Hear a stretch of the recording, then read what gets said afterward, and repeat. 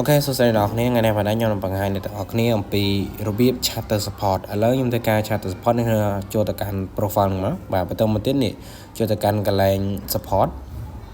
và bắt đầu một tiết chúng ta ca contact with guest bạn. Hai bắt đầu một tiết chúng ta ông bị để tông cho môi nâng problem bảo dưỡng issue bảo dưỡng như làបញ្ហាbảo dưỡng nhưបញ្ហា ខ្លះ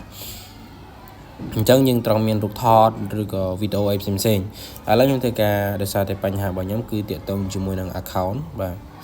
account disable ហ្នឹងហើយខ្ញុំព័ត៌មានខ្ញុំបានទៅសេទុកផងដែរហើយខ្ញុំធ្វើការទៅ copy សិនបាទមានច្រើន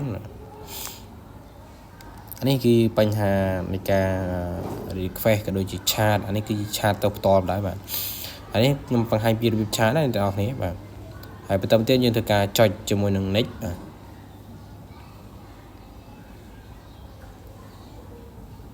បាទបន្តមកដល់កន្លែងនេះយើងធ្វើការបដូរ Gmail ក៏បានយើងដាក់ Gmail ដែរក៏បាន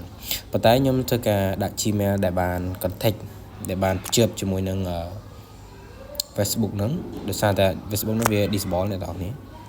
ឡូវខ្ញុំធ្វើការចុច pass ឥឡូវនេះខ្ញុំធ្វើការ submit បាទវាឲ្យយើងចាំឲ្យយើងរងចាំ4នាទីហើយខ្ញុំធ្វើការ submit សិនបន្ទាប់ពីយើងបាន submit រួចហើយគឺវា load មកកន្លែងនេះតាក់ទងជាមួយនឹងការ chat ផ្ទាល់ប៉ុន្តែយើងធ្វើការរងចាំបន្តិចដើម្បីឲ្យខាង support នឹង join នៅក្នុង group មួយនឹងយើងធ្វើការរងចាំបន្តិចដើម្បី chat ទៅអូខេឥឡូវនេះគឺគាត់បាន join ហើយគាត់បាន chat មកកាន់យើងនេះគឺជារបៀបនៃការ chat ទៅកាន់ support តផងដែរអរគុណអ្នកទាំងអស់គ្នាសម្រាប់ការទស្សនាវីដេអូនេះកុំភ្លេច subscribe ម្នាក់មួយនិង follow ម្នាក់មួយបាយបាយអ្នកទាំងអស់គ្នាជួបគ្នានៅវីដេអូក្រោយផងដែរ